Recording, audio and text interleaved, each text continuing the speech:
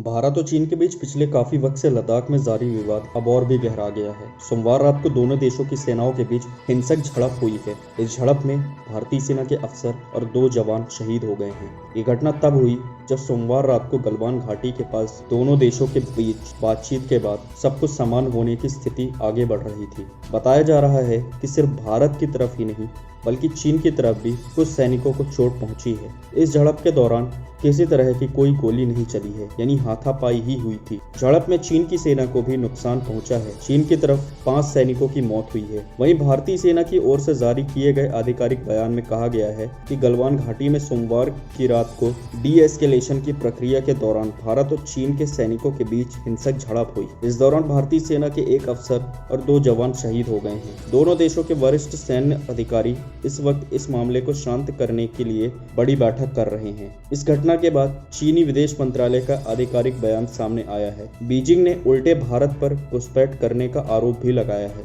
अंतर्राष्ट्रीय समाचार agency AFP के मुताबिक बीजिंग का आरोप है कि भारतीय सैनिकों ने बॉर्डर क्रॉस करके चीनी सैनिकों पर हमला किया था। चीनी विदेश मंत्रालय की ओर से कहा गया है कि भारत ऐसी स्थिति में एक तरफा कार्रवाई न करे। दोनों देशों की सेनाओं की ओर से लंबे वक्त से इस विवाद को खत्म करने की ओर कदम बढ़ाए जा रहे थे। 6 जून के बाद से कई राउंड की बात चल रही थी। CO से लेकर लेफ्टिनेंट जनरल लेवल तक के अफसरों के बीच बातचीत जारी थी, जिसके बाद तय हुआ था कि दोनों देशों की सेना कुछ किलोमीटर तक पीछे हटी थी। लेकिन जब प्रक्रिया चल रही थी उसी दौरान दोनों देशों के सैनिकों के बीच हिंसक झड़प हुई। आपको बता दें कि भारत और चीन के बीच कई महीने की शुरुआत से ही लद्दाख बॉर्डर के पास तनावपूर्ण माहौल बना हुआ था। चीनी सैनिकों ने भारत द्वारा तय की गई LAC को पार कर लिया था और पेंगोंग झील गलवान घाटी के पास आ गए थे।